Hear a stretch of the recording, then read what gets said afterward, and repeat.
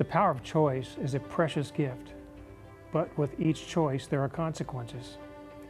Abortion nearly destroyed me and my marriage, and it took God more than 35 years to prepare my heart for healing. I want to welcome you to Life After Choice.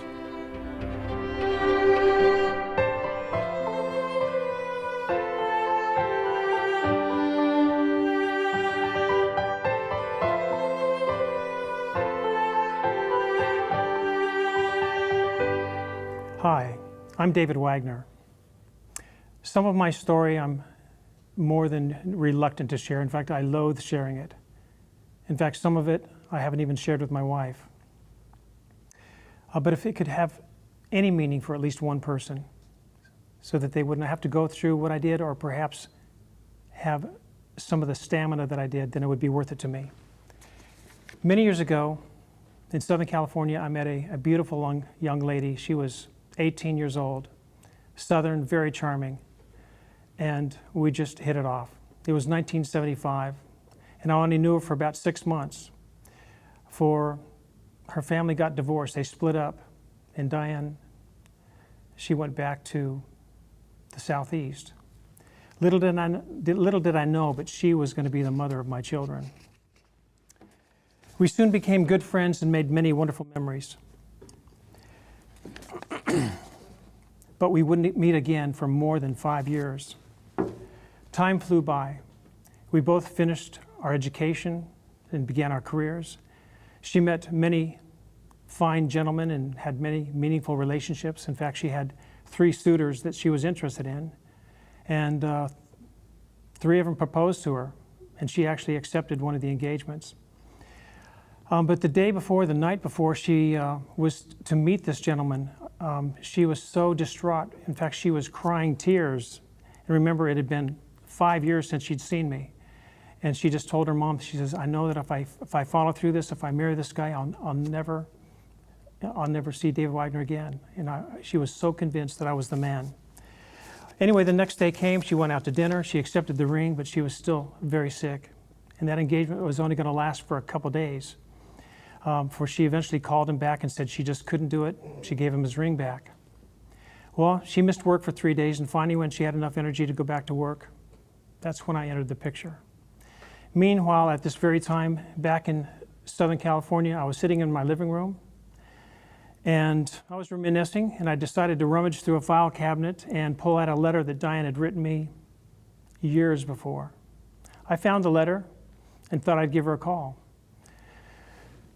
So I wasn't sure where she's at, but I took a guess that Orlando would be a good shot, and within minutes I was speaking with her mother. And you can imagine what her mother was going through when she heard me answer the phone. She had just seen her daughter fall apart and have this terrible breakup, and then Dave Wagner calls. I mean, that is so weird to me. But I introduced myself and asked the question, is Diane married? I mean, speaking about cutting through the chase, I'm amazed that I had that kind of guts. But anyway, she was able to say, no, she's not married, but she's at work and she would like, if you want to call back in a couple hours, she'll be home. So when Diane returned from work, her mother met her at the door and she said, Diane, sit down. David Wagner called. It's hard for me to imagine the energy in that room at that time. But within a few minutes, I called back, and we had a very casual exchange, and we decided that we were going to correspond long distance. So we did. We corresponded for about a year. And at this time, she was a traveling nurse, and she made a contract with a hospital in Hawaii. And it was for 3 months, and she was finished with that 3-month stint. She was going to travel through LAX on the way home. So she called the airline and she extended it for a few hours so that I could meet with her. Because she always knew that if she just met me one more time, she'd tell her mother this, if she just meet me one more time, then she would know if I was the man that God had in mind for her to marry. Well, so we met at LAX. I picked her up, and I remember that moment like it was yesterday. Pretty intense, and one of those beautiful memories. But anyway, I picked her up, and it was a very casual, very generic experience. Went out to dinner, talked, drove around, and I remember I was tired, and I let her drive. And to this very day, I have this image in my mind of her profile. She was wearing glasses, and anyway, it was very endearing. But like I said, it was casual and generic, and I took her to the airport, and she flew back home. But with the kind of spiritual discernment this woman had, it wasn't long before she made a trip down to David's Bridal. And you can guess what she was doing there. That's right, she bought a wedding dress. I didn't find out about that wedding dress until several months later when I finally proposed. So now that we had a commitment, she made a contract with a hospital in Seal Beach, California. And that's about a little over an hour from where I lived. So it was good that we could see each other more often, especially at this stage. Yet, on the other hand, it wasn't so good because our relationships, perhaps with God, was just a little upside down. And I say that because one day I got a call. And it was Diane, my fiancé, and she said she was pregnant. And part of me wanted to get excited because there was nothing more that I wanted to do than have a child with her and start a family. I adored her. I didn't just love her, I adored her in a way that is not right. I put her before God. I know Adam had the same problem, and we know where that ended up. But either way, she was in a quandary on how to deal with this issue. Because in applying for that job, they needed to do some medical examinations that required x-rays of her back. So she was exposed to a lot of x-rays, and she was afraid that her baby would be damaged. Plus, something I never understood, she said she was afraid of motherhood. She didn't know if she'd be a good mother. And the crazy thing is, she is an awesome mother, and her children love her, but that's the way she felt at the time. So anyway, through fear and misguided counsel, all the physicians that she talked to said, you better abort, that baby could be damaged. She decided to terminate the pregnancy. I wish that I was able to help her, but I had no idea other than just to be a support to her and to be a support to her in whatever way that she chose. So this is why I call it my wife's lonely.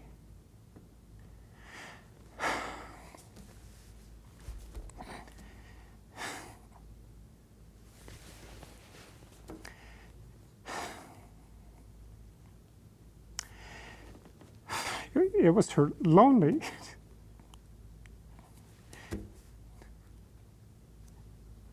decision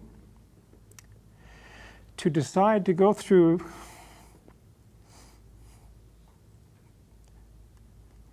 with an abortion.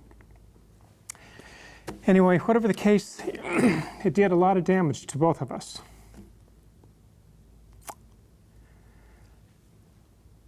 All of a sudden, she hated me.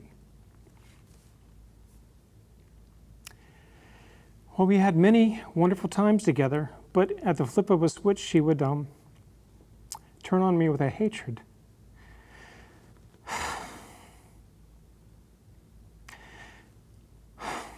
That I've never seen in a person. And she would say things to me that seemed to be calculated or designed to destroy a man's self-esteem, his self-worth, his courage. It's interesting. My emotion here is not... My family knows that I'm not a crier, but my emotion is not because of what she said or did to me. It's because she was alone.